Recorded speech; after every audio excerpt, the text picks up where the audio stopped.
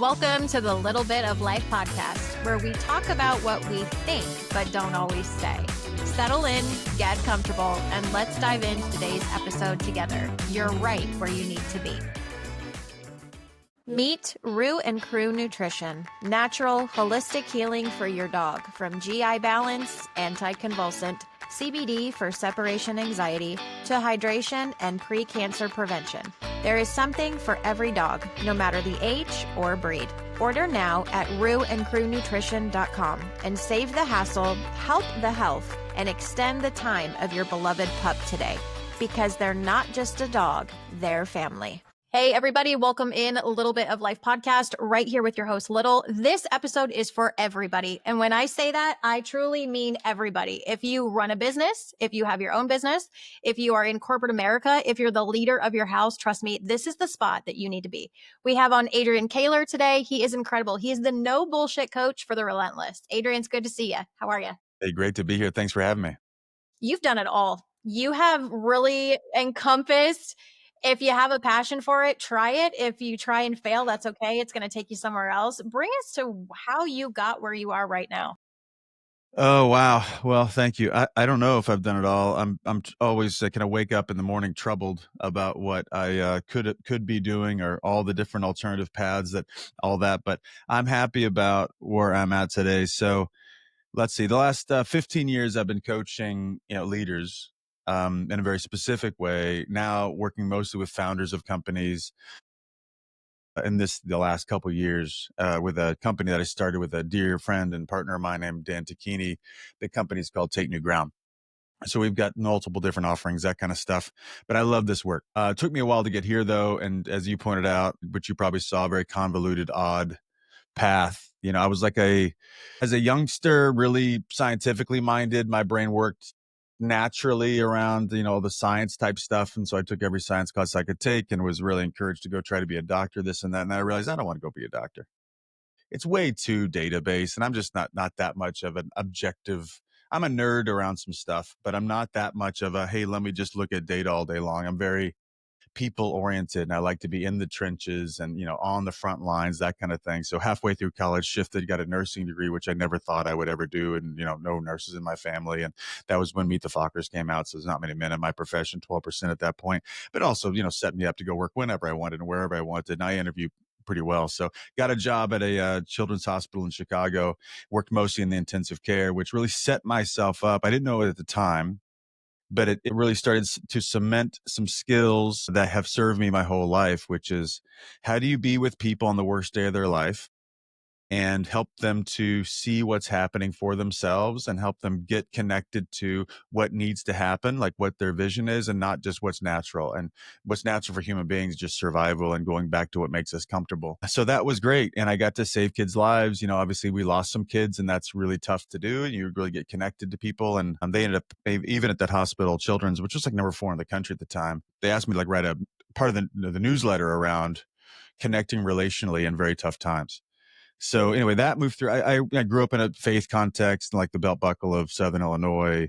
A lot of well-meaning white people, evangelical world, which, there's a part of that worked for me. And then as I grew up, part of that didn't work for me. So but the ethics of it did, and the possibility of it did, that conversation around the kind of Jesus narrative. So anyway, that there was still a revived in me. Long story really short, moved out to Los Angeles because I heard this guy give a talk once.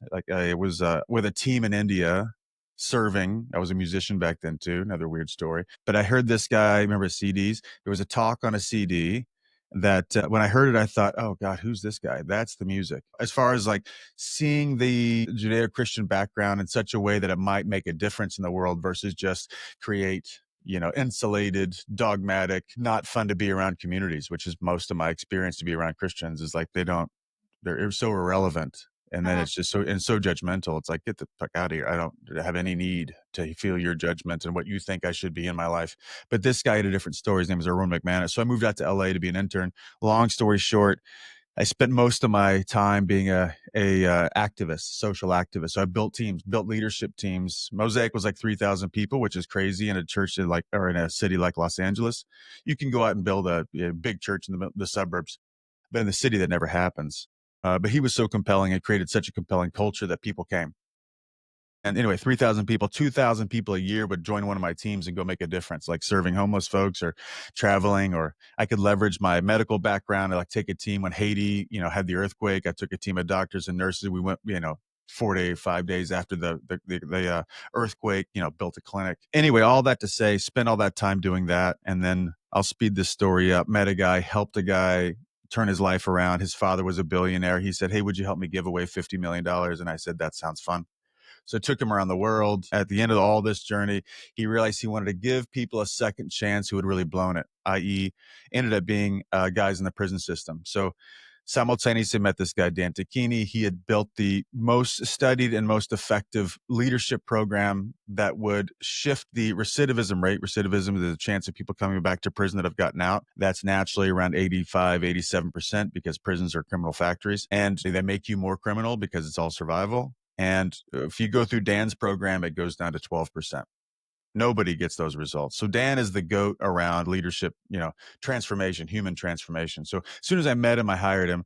We went into the prison system and ran leadership trainings with murderers. And we run these trainings and then train these guys to be the trainers. Because it's better for these guys to know how to do what we do than for us, the guys from the outside, and stop all the resistance about the white dudes coming in and all that kind of stuff. No, you guys run the trainings. And even 5 wardens later in Soledad State Prison, max security prison, it's still happening. It's the only program that's lasted.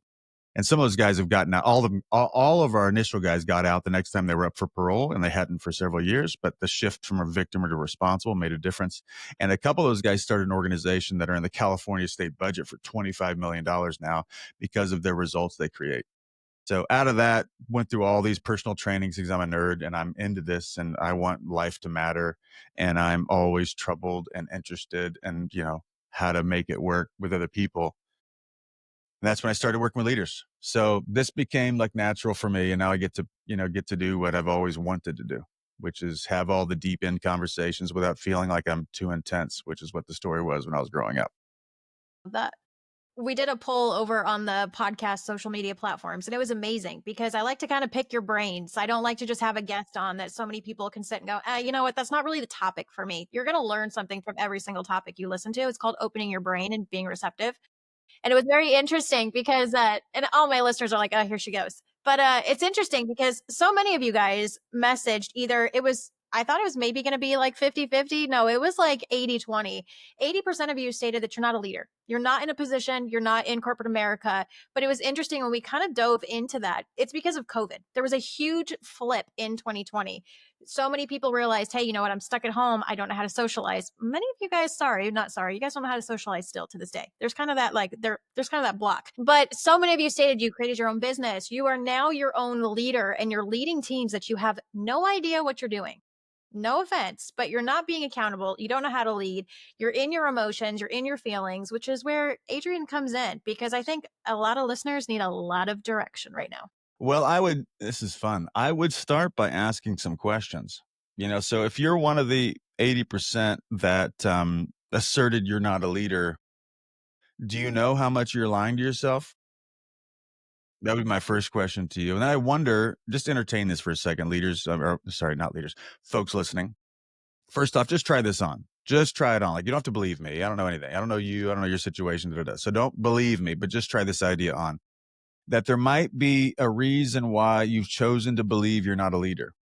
And you might be unaware of the payoffs you get for this kind of, I would just call it a lie, or a belief I have that might not be true. Like, what and why do I like to do that? And I can come up with 10 reasons right now. And then what prices might I be paying for acting like I'm not the person that I am, both to you and the fraudulentness you feel and probably the complaints you have often and to the people around you. Because if you're like, have a team and then you're acting like you're not a leader, trust me, your people are suffering. And I know you are too. I mean, if you're a high performing person that left corporate America to go start your thing and now it's being successful, you're troubled. It's like, I was just thinking about this actually before we got on, the problem with being talented. Ben, just listen to me for a second. If you're talented, there are hidden challenges to being talented.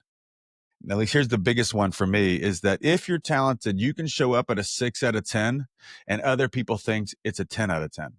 Why? Because you're better than them. You're smarter than them. You're more active than they are. You're more convicted than they are. More action oriented, whatever it is. And if you're listening and you're talented, you know this. And one of the challenges is you're haunted by those 4 clicks between 6 out of 10 because they're impressed and you're sandbagging it, right? And they definitely don't know the reasons why you are, and you probably do. And if you don't, that also bothers you because if you're ambitious and talented, you want to make life count. And so why am I showing up at a 6 out of 10 instead of a 10 out of 10? And what am I so scared of? There are like real conversations there to have with somebody. Those are the ones I have with my clients. Like, what's really going on? Tell me about the context, like what the belief system, like the meta conversation, the one that's running things, the conversation that's governing all the stuff that people get to see. So if you're talented, you're going to be haunted by those things. And, so anyway, those would be my questions for you. If you're resistant to calling yourself a leader, how come?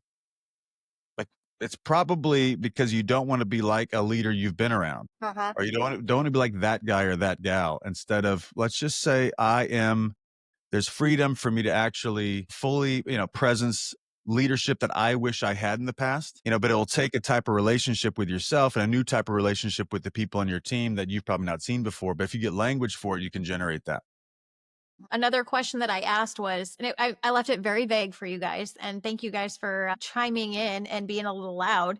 The question I asked was, are you struggling in your form of leadership because you don't know what a leader is supposed to be and is supposed to encompass? 100% of you said absolutely yes. There was no question about that. And it was because so many people felt that in a leadership role, they have to copy and paste and literally just be a replica of a leader that they had prior because they don't know how to step out and take accountability for themselves. So we have somebody that's listening stating, I never really had a leadership position. I never had somebody to look up to. I always ask you, why are you looking at somebody else and playing that blame game? Why are you not creating it yourself? Because you have it internally. You just don't realize you have it. This is a lot. This is fun. That's like that's a 2-hour conversation. So let me see if I can be concise and helpful. So first off, if I'm ever saying I don't know how to do something, I'm lying.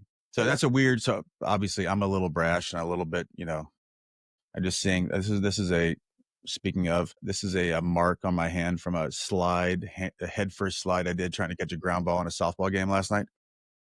Anyway, welcome to Being Right, Adrian. I'm like the only dude in like the co-ed softball league that wears the full baseball pants. I'm diving for every ball. So anyway, yes, well, and that's how I talk to you right now. So let's just say, as we think about this, if anytime someone says, I don't know how to do something, and let's just say that lasts for more than 5 days, I'm saying that isn't true. I'm saying if you don't know how to do something, and it's been a while, maybe even more than 5 days, let's say a month, then I'm saying that if I'm still, it's a hiding place. Why? Because the formula for everything is findable easy. And if you actually wanted to know the answer, you've probably got 10 people in your world you could call to go say, hey, how do I do this? Right. So the fact that I haven't done it means there's some other conversation that's actually more true than I don't know how. And we always assert in our world that it's a who question, not a how question, which is more like, do I want to decide to put myself in a role that might require me to transform and try something new and maybe look silly and maybe look foolish and maybe not, deliver and maybe feel more pressure and feel more accountable. It's not that people don't have accountability. They don't want accountability. It's not like they don't have it. Of course they don't have it. Why? Because they don't want it. Like, I've not chosen to generate a relational, network in which I'm on the hook for results. So anyway, I just get to those kind of philosophical, contextual background issues, which might lose the audience. I don't know if you guys are interested in that kind of thing. But that's if we don't get there, then all the stuff is just bullshit. And we're just talking about mechanism all day long. And what do I need to be a leader? Okay. Get the vision clear. And then, have people, get clear on who their strengths are and what their roles are and have job descriptions and what are they, accountable for and what results are they going to get in the next 30, 60, 90 days. And, what's the pattern of meetings I need to have and how do I set these up to check in against this and that? And, what's my willingness and have I set up a conversational structure in which we can, I can see conflict early, see where we're off early, intervene, diagnose, all that kind of stuff is great. All that kind of stuff is actually easy. Uh-huh. if I'm willing to put myself out there and, what am I as a leader? For me, I think at the core of it is my job as a leader is to get results through other people. I think that's what leaders do. I mean, I know for me, that's what leaders do is, hey, I get results not through me. I get results through other people, which is the challenge.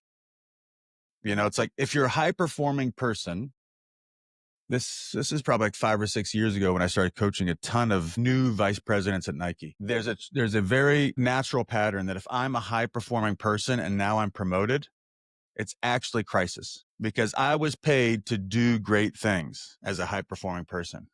Now I'm paid to help a group of people do great things. That's a whole different skill set, a whole different mindset, a whole different requirement of how I'm going to show up and have conversations. And now I can't bet on me. Now I can bet on my ability to intervene, guide, direct, mentor other folks, which is like chaos, because people are weird and people are full of it, right? And people are impressive and people lie, people cover their ass. So to be able to dance with another human being, in order to do that, I actually have to know my own dark side better than I've known it before, probably. For those that are listening and you're like, "Oh, well, I just want like an easy answer." Work. It's what every generation has taught us. Put in the work. I think Sure. we're kind of in this, fast track. Everybody wants the reward, but they don't want to do the work. It brings me to the question, accountability is ownership at the end of the day. Do you feel culture has something to do with that? Because honestly, it's often to blame is easier than it is to have accountability as a leader. What's the question? Is accountability culture? Yeah. Do you feel like culture is to blame for this? Culture is to blame for, I'm sorry, I'm confusing the question. Do you I feel don't that want to be a culture nerd. is No, you're good. Do you feel like culture is to blame because it's easier to push blame than it is to take accountability for any form of actions as a leader? Let's see. Is culture to blame? Oh, Because I asked that. A lot of people put in the poll systems and not calling anybody out because some of y'all were not anonymous, but I'm not going to call you out. Every single one that asked about accountability blamed somebody else. of course. Whether they're past, present, future, they blamed somebody else. Do you feel it's a cultural thing or it's just a personal screw up? Yeah, and you mean culture like inside of like in America or culture inside of a company? Both. Well, I'm not a group think guy. So everything comes back to the individual for me. So even if I think that it was the previous team, the fact that I think that reveals that it's me and how I related to that team and how I use the dysfunction of the team to justify what I didn't do. So I could blame the culture. I could keep saying that outside circumstances, whether it's situa- situational, it's the economy, it's the company itself, it's the people I worked with, but all that's just a blame game in order to make sure you look good in your own eyes. I mean, at the end of the day, human beings are survival machines, right? Looking good, feeling good, being right, being in control. Those are just gravity for humans. You don't get to escape that. I don't get to escape that. We all want to do that. We've been wired to do that. That's number one, survive. Number two is save energy so I can survive later. So the fact that like accountability is because of the team, it's like, sure, keep it up, like, but if I keep being the victim of what they weren't, and they weren't this, so I couldn't be that, right? That story, that's a victim story. That just means that's coming. Like if like people, whatever story you have is the future, right? Because like, that's what you liked it that way. Because if the team wasn't accountable and you're telling yourself you didn't like it but you didn't do anything about it, that actually means you liked being better than them in your own eyes, right? So you were superior but not effective because you didn't intervene and say, hey guys, we're not accountable, or I don't feel like I can be accountable, whatever the conversation was. You didn't intervene. Or you might say, I had the conversation with Tom on a Tuesday but it didn't go anywhere.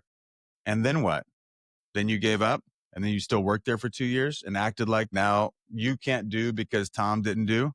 So anyway, all that is like it's a natural thing for humans. And by the way, I've got ways in which I do this in my own mind. Everybody does this, but if you want something new, you must say, no one else can hold me accountable. The accountability conversation for me is bullshit pretty much always because you want someone else to hold you accountable.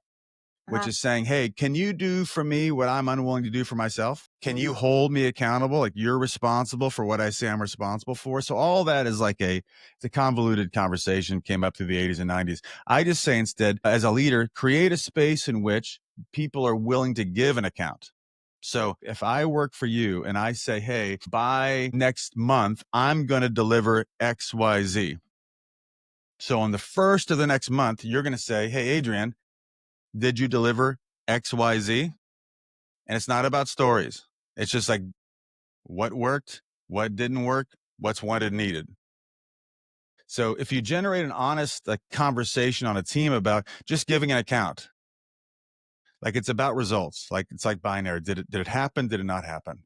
And if we don't get into like the psychological stories of folks, actually it's the most dignified way to support people and advocate for people instead of give people an out.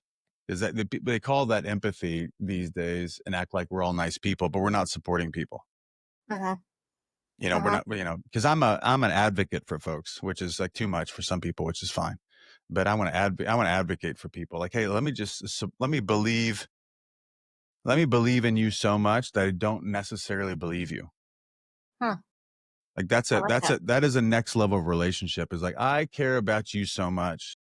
And it's not like I'm going to make up what you're committed to. I'm going to know what you're committed to because I'm going to ask you and you're going to tell me. And then I'm going to be standing with you in such a way and looking at those results so that anything that's out of alignment, I'm going to question it, which is not friendly sometimes. We love politeness in culture. And we call that, kindness, but it's just being nice. So to support somebody is to like look at the results they're committed to and then be with them in such a way that you can bring up anything that reveals what's not a resource for what they say they want. You do it in a loving way. It's not like being a dick about it. It's like, no, hey, hold on. That doesn't make sense. So anyway, long I asked answer for that. Yeah. It's good. I ask a lot of questions because so many people are like, well, why is she asking this? Well, one, because I'm deep diving into your brains. Because on social media, when you do polls and interactive things and you make it anonymous, trust me, you get people's truths pretty quickly. It's Yep. interesting to me that when you have to put your name on something, you're hiding behind a shield of protection. And the reason I asked all these questions from leadership is, are you reactive in your leadership or are you being intentional in your response? I think that that's very important because that's a habit. You will learn certain habits in leadership. Do you think that people have the tools and that's how you help them? Or so many people, when I shared your social media, they're like, oh, he turns me into a pile of shit into a leader. You either have it or you don't. I'm a firm believer in that. You have the tools, you may not know how to use them, but do you feel that a lot of ways that people have are internal, like in how they respond, or do you feel you learn as you go? All right. So the question is, as people that are leaders, are they naturally leaders and have the tools, or can they just make the choice to? Yes, Uh-huh. great. Do you feel it's a habit? A habit. Wow, so many. There's a handful of questions in here that you'd naturally like to make things distinct. Let's see. Everybody, let's see. First thing that came to mind, which we were talking about a little bit before we came on, is we all get a choice if life's happening or we're happening. It's just like, and most people do the former, not the latter, right? It's like whatever's going on in life, it's just, this is happening, that's happening, this, they, and the kids and the thing and the summer camps and the vacation. And like, it's just going on. And I'm just responding, I think, or maybe reacting, which is your point. It's like external thing. What do I do about it? And we know what that feels like. That's where people complain about being busy and I can't believe this and da da da da da. And they didn't, it's like, but there's an effect, an effect of living in that way. And folks might not be aware of the perspective they're living in that generates that experience. So, or you can decide that I'm happening.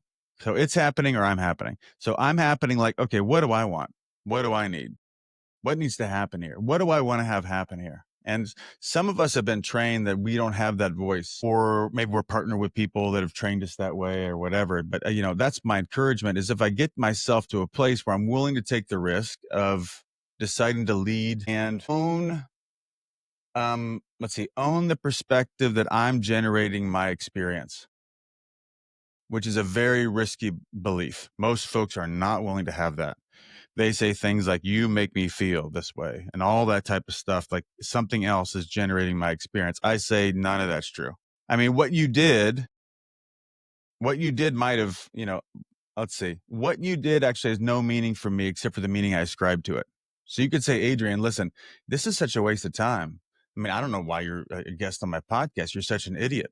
And I would think about that. I'm like, oh, wow. I could say, oh man, that hurts my feelings. And she doesn't, or I could say, wow, I wonder what's missing from me to make a difference for her and her audience.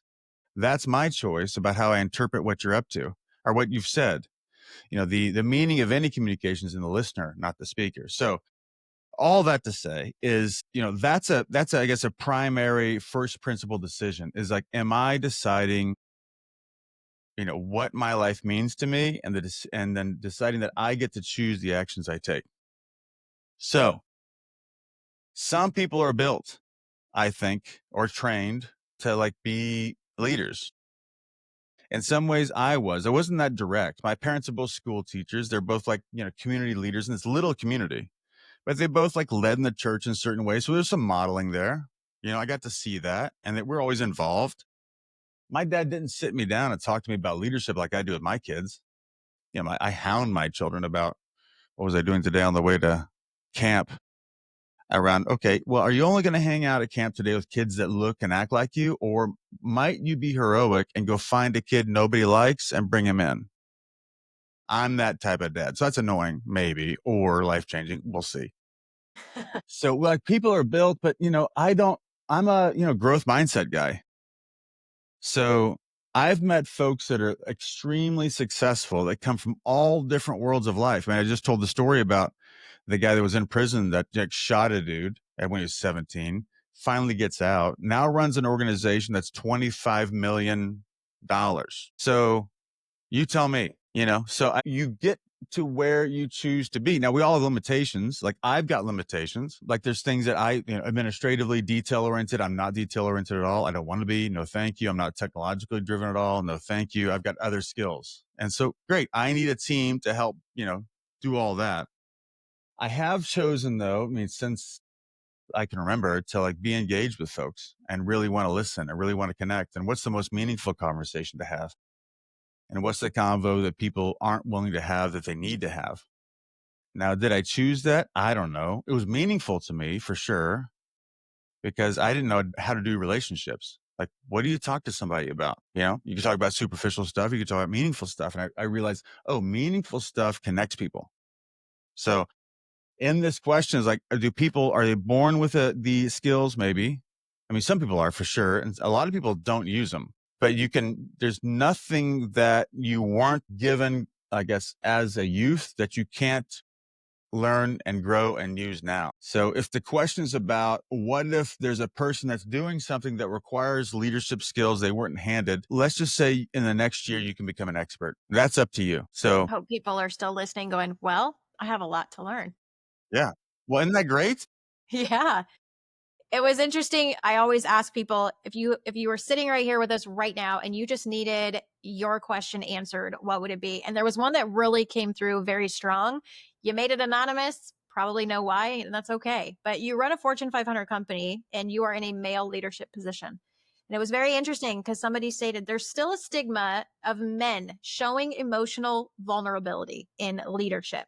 How can we shift the narrative while still encouraging strength and clarity as a leader at the same time? Yeah. My unfiltered response. Mm-hmm. That's what we're all about here. Oh, good. Quit being a pussy, man. I knew that was coming. Yeah. Well, it's like, okay, there's a stigma from who, dude? From people that like, first off, this is a CEO of a Fortune 500 company. Uh-huh. Great. So from who? And then why are you deciding to let what you've made up? So here's the thing. It's called the looking glass self. Our view of ourselves is what we think other people think of us, which is what this question's about. Is like there's stigma, whatever that means. I mean, I know what the word means, but it's like, oh, it's bad, which is essentially like, it's bad if I'm emotional. That's what I believe. So I think that if I'm emotional with these people that don't want me to be emotional, they'll judge me. And therefore what? So a couple of things. One is, are you not doing a good job? If you're not, if there's like results that are off and this is connected to that, great. Why don't you go deal with that? But what type of emotion? Like people tend to like put emotion in this big box, like emotions are bad. What type of emotion? You do. I know that you, as a CEO, I hope you actually have tons of emotion that you're showing, hopefully joy and connection and generosity and engagement and all there's like lots of those emotions. What I wonder what type of emotions you're avoiding. And I'm lots of questions for this dude around his generation, his company, the type of generations. What we do know is that the future of leadership will continue to be more authentic. So people, boomers obviously like kind of stoic, Eisenhower type leadership. Uh-huh. And everybody after that has wanted more connected leadership. And we've never known a generation that's come that hasn't wanted to see the real person. And people follow people, not, corporate visions. Nobody's going to like stay at X company because it's X company for 20 years. That's gone. But if I believe in this person and if I think, oh, I trust him, I trust her, I believe in her. Wow, she's the type of person I want to be. He's the type of person I want to be. So I get the fear, but stop acting like it's stigma. It's just your own cowardice.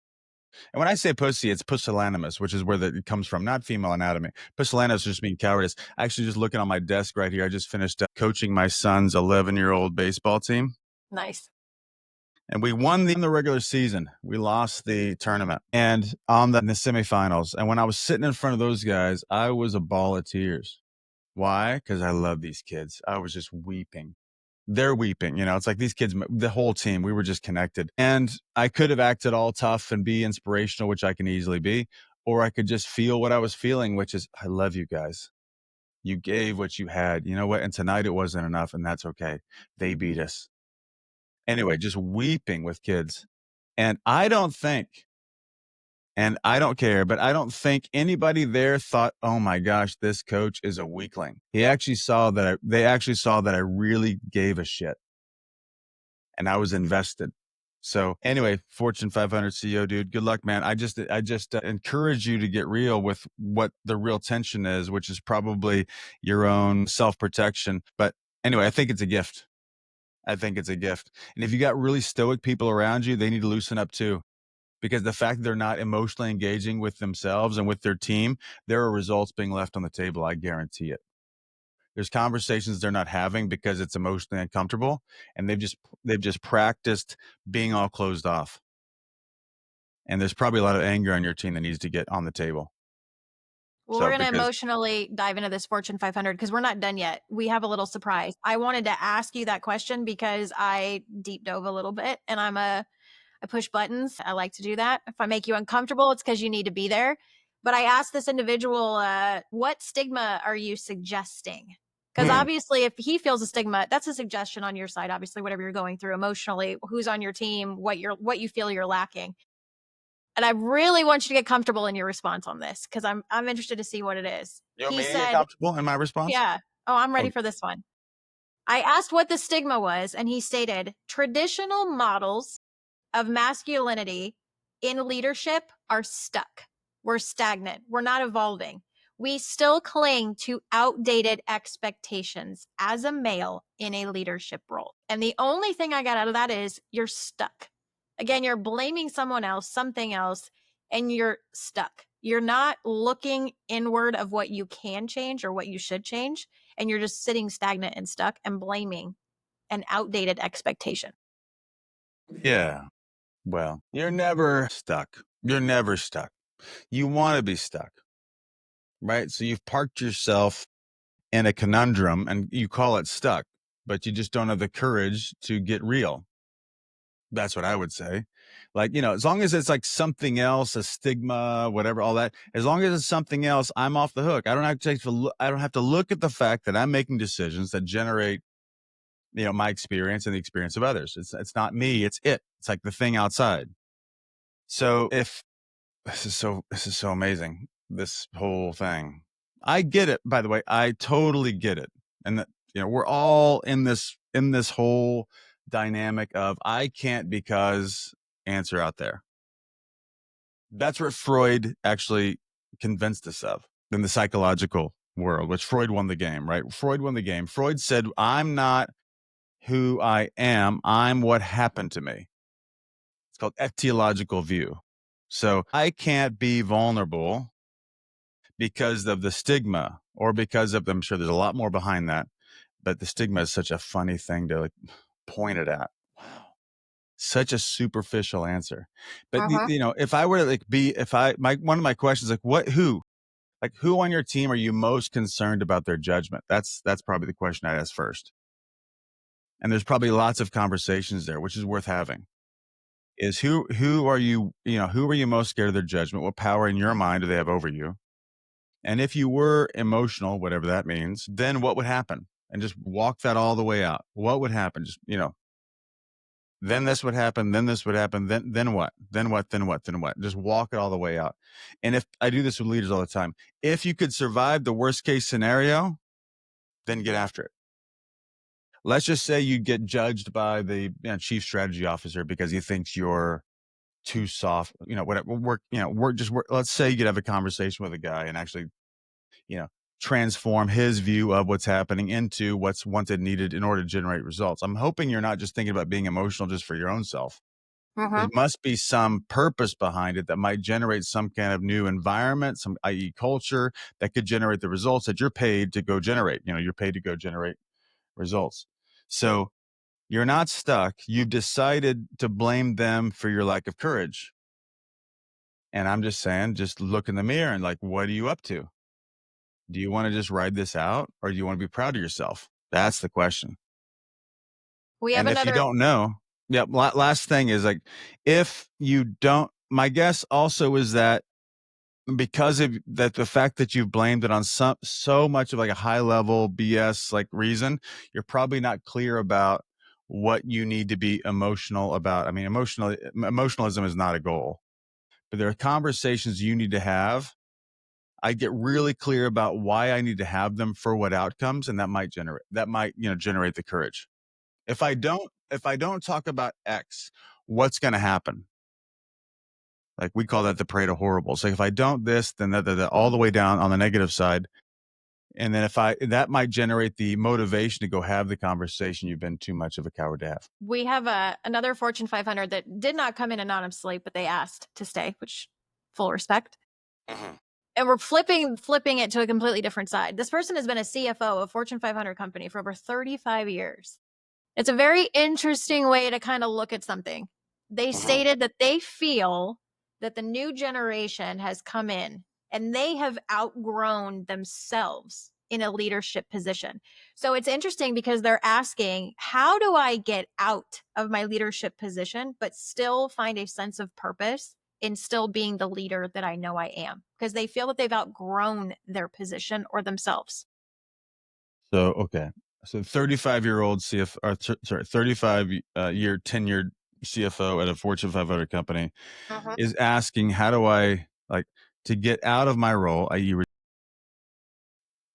and then have still purpose in my own leadership? It's Mhm. interesting.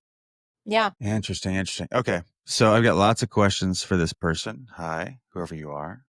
Um, I love CFOs. I love CFOs. They're so fun to mess with. I just, poke and poke and poke. All right, let's see. I guess my first thing would be, have you already groomed your successor? So if this question is justifying you not leaving, I would suggest you actually do all the work to leave, because you're not, for 35 years you've generated a worldview that I do this and this and this and this, therefore it's meaningful, therefore that's purpose, and I feel good about myself. You're not going to know how to do that until you get out. So it's not like if I learn a habit of gardening, then I'm going to leave my CFO role. No, that's not going to happen. Why don't you go ahead and get yourself ready to go, and then you go. And then you've got a choice. I mean, I don't know what the real fear is. I'm guessing the real fear is that if I retire, I will, sink into despair, which a lot of people have. It's like, I don't know who I am if I'm not this thing that I've been doing. We talk about in our training, it's not a signature to us, but like there's a do have be mentality, which is natural for humans. Like if I'm doing this, then I get this, and then I'm finally this person. Right. So like I'm, I'm doing this effort, doing this role. Therefore, I get these type of accolades and salary, and therefore I'm successful. Like I am who I want to be, right? So our whole identity is contingent upon doing and having. That's the human natural thing. Our invitation for folks in this 4-day leadership training we do called the Revenant process is, what if we decide who we are? The be moves from the bottom to the top, and then our doing comes out of the being. And if you live that way, results great, results don't work, cool. Like I know who I am. So for this CFO, it's like, well, who do I want to be in the next season of my life? If I leave this environment, which has been great for me, and now I'm in this one, which is probably very scary, which is cool, I would just embrace. It's not going to not be scary because it's new, and new things feel like threats naturally to us. Right. So the fact that you view the next territory as an unknown land, and I don't know how I'm going to do and who I'm going to be, that's natural. Great. That's true. So, but the question is, who do I want to be? I don't know if you've got a partner. I don't know if you've got kids. I don't know if you've got grandkids. I don't know if you've got hobbies. If you don't, welcome to the whole, the canvas of your life. You can paint. You can just decide to do now what you couldn't do then because of XYZ. And who do I want to be in this next season of my life? That's where I'd start. Because if you don't decide that, then you're going to wait for, once again, big theme of this conversation, for circumstances to generate my experience. No, how about my vision generates my experience, which is what Adler said, by the way, not Freud. Freud said, I am what happened. Adler says, I am what I'm committed to. And if listeners haven't read a book called The Courage to be Disliked, it's worth reading, which is a survey of those two worlds. But for this person, I get it. And if you don't have people to talk to, that's a great thing to do. You probably have people in your world that are in that same, moment in their life, transition. And it's good to just be honest with them about, hey, can we just do this thing together? It's weird. I don't know how to do this. It's weird. You can obviously hire somebody like yourself or me or whatever to help facilitate that. But it's like, just get a great friend and say, hey, I need somebody to be in my mind for the next 2 years of my life so that I don't go off the rails. So anyway, that's my view. Well, I know everybody's listening going, okay, I need a little piece of Adrian in my life. Like I have to get focused. I need better leadership. I need to figure out who I am, or I don't have the tools and I'm lost and I have no idea what the hell I'm doing and I'm just out here.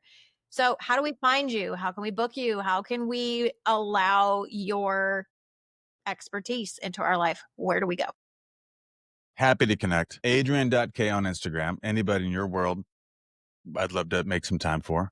I've also got a great team if I'm not a good fit for somebody. If, to be honest, we've got a training coming up in I think we moved it to what? I think early October. It's called the Revenant process. It's a 4-day personal leadership training. Not like bullshit business. Here's 25 ideas. No. This is, a deep look into the ideas that are governing your world. Like, who decides who I am? So most people come in with some challenges, wonderful.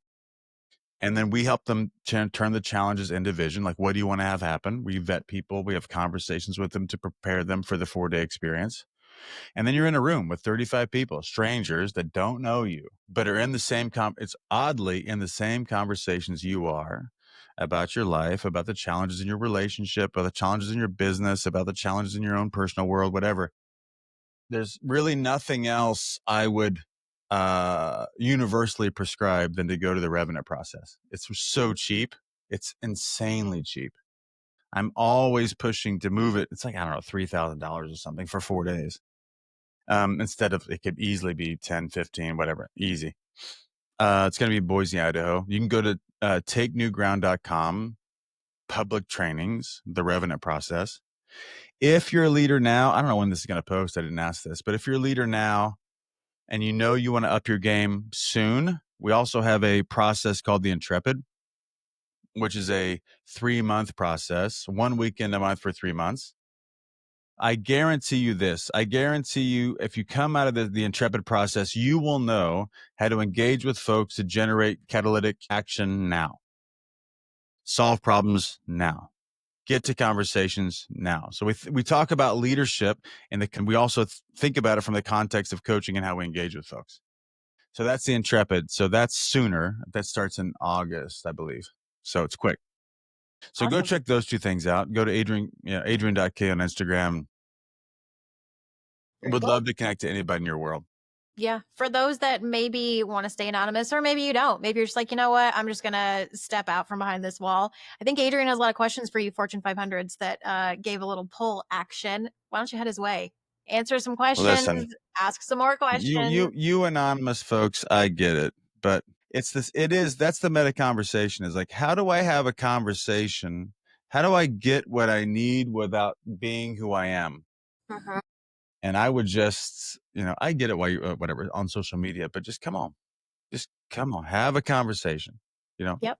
So Cool. I'd love to make some time for anybody in your world. For sure. Well, we appreciate Yep. you stopping by, talking, getting uncomfortable, getting comfortable. Like we said in the beginning, do the work. And as he said, show up. And if you don't like the version of yourself, don't get stuck in it. You can change it. I'll put all your information in the bio description. Click. There is no excuse. I make it so easy. You can literally tap it and go exactly where you need to be. No excuses. Step back from behind that wall and be a better version of yourself, because at the end of the day, you only have control of yourself. Thanks for stopping by, Adrian. It was a pleasure. Great to be here. Thank you.